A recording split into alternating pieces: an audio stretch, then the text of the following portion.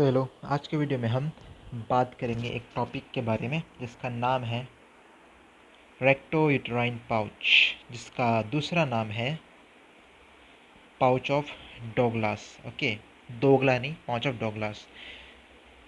तो ये क्या होता है, इसका बाउंड्री क्या है, मेनली इसका क्लिनिकल्स क्या है, इसके बारे में एग्ज़ाम में पूछा जाता है। फॉर एग्ज़ाम्पल मेरे यूनिवर्सिटी एग्ज़ाम में भी इसे पूछा गया था, तो उसके बारे में हम जानेंगे बड़े डिटेल से, लाइक बाउंड्रीज़ क्या है एंड एवरीथिंग। ओके, सो सबसे पहले जब हम बाउंड्री की बात करेंगे, देन सबसे पहले फिगर देखो। ओके, फिगर में क्या है, अब हम देख सकते हैं कि जो ये है हमारा व्हाट, ये हमारा recto uterine pouch.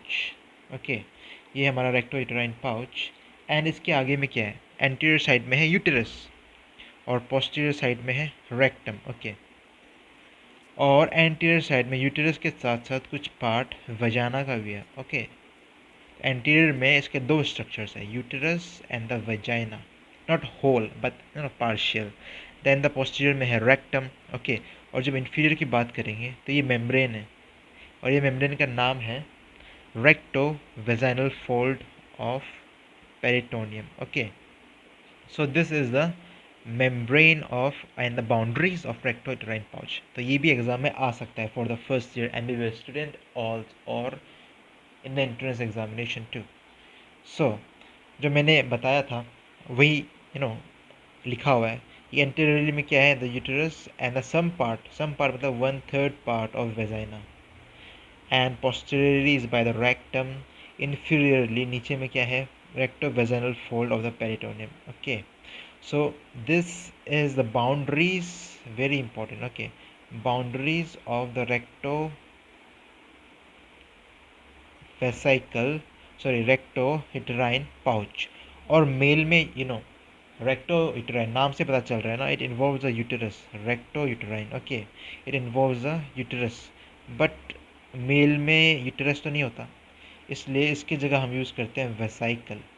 Recto vesical pouch is present in male but recto uterine pouch is present in female. Okay, तो लगभग सेम ही है, बस कॉमन सेंस है कि लड़कों में यूटेरस नहीं होता, तो वही पाउच को हम बोलते हैं रेक्टो वेसाइकल पाउच। ओके, तो जो रेक्टो यूटेराइन पाउच है वो एनस से 5.5 सेंटीमीटर दूर है। ओके, यहाँ से ये 5.5 सेंटीमीटर दूर है, और उसे हम पाल्पेट कर सकते हैं ना, रेक्टम में अगर और या वेजाइना में अगर हम घुसाएंगे अपने, डॉक्टर जब घुसाता है उंगली को for some kind of detection, they can palpate the space. Okay, this is the recto uterine pouch. और corresponding recto vesical pouch which is found in male, because male में यूटेरस नहीं होता। Okay, they lie around 7.5 centimetre above the anus. Okay, यहाँ से 7.5 centimetre above रहता है in male. Okay, so this is the difference and extent of the recto vesical और uterine pouch. तो clinical सबसे इंपॉर्टेंट होता है इसका क्लिनिकल्स। क्लिनिकल्स क्या है, it is the most dependent part of peritoneal cavity when upright position, and is in supine position it is the most dependent part of in the pelvic cavity. Okay, in supine position it is the most dependent part of the pelvic cavity. समझ में नहीं आया होगा, for example मैं इसको figure में बताता हूँ। ओके, ये हमारा पेल्विक कैविटी। ओके, तो क्या लिखा था, जब हम सोते हैं तो ये हमारा मोस्ट डिपेंडेंट पार्ट होता है। फॉर एग्जाम्पल ये औरत जो है सोई हुई है। ओके, नाउ सिंस जो पेरिटोनियल कैविटी होता है ना, वो एब्डोमिनल कैविटी का सराउंडिंग मेम्ब्रेन होता है। Okay, surrounding membrane of abdominal cavity, कौन, पेरिटोनियल कैविटी। पर हम जब सोएंगे तो जो हमारा फ्लूइड है वो ऑफ कोर्स एब्डोमेन में थोड़ी रहेगा, वो नीचे इस साइड चला जाएगा। ओके, सो जब हम सोते हैं तो it is the most dependent part, मतलब जो फ्लूइड होता है हमारा वो पेल्विक कैविटी में जाके जमा हो जाता है। पर हम जब हम ऐसे सुपाइन इरेक्ट पोजीशन में बैठे होंगे, फॉर एग्जांपल ये महिला बैठी हुई है इधर। ओके, ये विश्राम सिंह एंड बीडीसी दोनों का कॉम्बिनेशन है, ये विश्राम सिंह का फोटो है। लाइक जब बैठी है तब फ्लूइड देखो इस साइड में जमा हो रहा है। ओके, इस साइड में जमा हो रहा है, ये पेल्विक कैविटी। ओके, ये एब्डोमेन में जाके जमा होगा।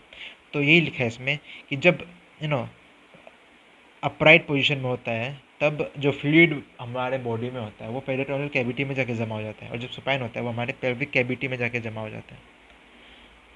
एंड इसका सिग्निफिकेंस क्या है कि अगर कुछ इन्फेक्शन वापस कलेक्ट हुआ या कुछ फ्लूइड हुआ तो वो जब हम सोते हैं बैठते हैं तो उसी पाउच में जाके जमा हो जाता है. Okay. So, in a patient sits in inclined position, the affected material tracks down to uterine pouch, rectouterine pouch in the female or rectovesical pouch in the male. मतलब जब हम बैठते हैं सोते हैं तब जो फ्लूइड होता है इन्फेक्टेड फ्लूइड वो जाके हमारे इस स्पेस में जाके जमा हो जाता है. ओके. तो डॉक्टर को वो फ्लूइड को ड्रेन करना पड़ता है. ओके. और कभी कभी जो ओवरीज होता है फीमेल का वो प्रोलैप्स टूट जाता है, जो भी समझिए. ओके. बट वो अपने जगह से डिसलोकेट होके इसी इसी पोजीशन में जाके इसी पोजीशन में जाके जमा हो जाता है. ओके. और इसे भी हम पालपेट कर सकते हैं. डॉक्टर पालपेट करते हैं विथ देयर फिंगर्स. ओके. इसको पर वेजाइनल एग्जामिनेशन, मतलब वेजाइना से अपने उंगली को डॉक्टर डालेंगे और से पालपेट देख सकते हैं कि कहाँ जाके ये लॉज हुआ है. एंड तीसरा है क्लोडोसेंटेसिस. ये क्या है? Draining the infected fluid through syringe. Like यहाँ में इन्फेक्टेड फ्लूइड जमा हो गया. ओके. या ब्लड जमा हो गया. अब डॉक्टर यहाँ से वेजाइना से या रेक्टम से सिरिंज को डालेंगे और इसे सक करेंगे. ओके. ये इन्फेक्टेड फ्लूइड को बाहर निकालेंगे. So this is called the culdocentesis. इसे पढ़ लेना. ओके. वीडियो अब थोड़ा ज़्यादा बड़ा हो गया.